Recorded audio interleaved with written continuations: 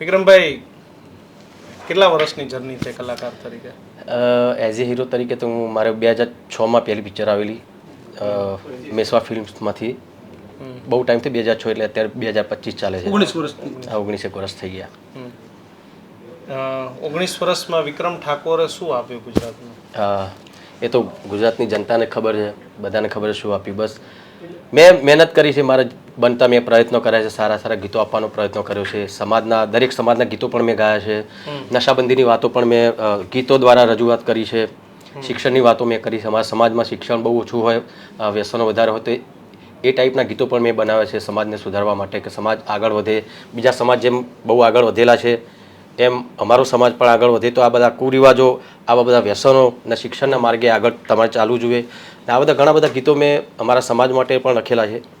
સંઘર્ષ કેવો હતો વિક્રમભાઈ 2006 આપણે શરૂઆતમાં મારી જ પ્રસ્તાવના હતી કે ત્યારે સોશિયલ મીડિયા નહોતું, છતાંય વિક્રમ ઠાકોરનો 19 વર્ષથી એક પ્રકારનો તપતો સૂરજ રહ્યો.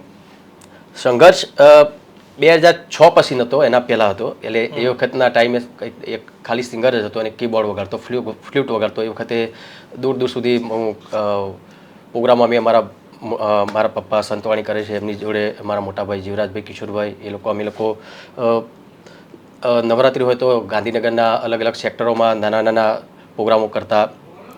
એ વખત બહુ સ્ટ્રગલ હતી. સાથે બીજા બધા નાના મોટા કલાકારો જોડે વગાડવા જતો હતો.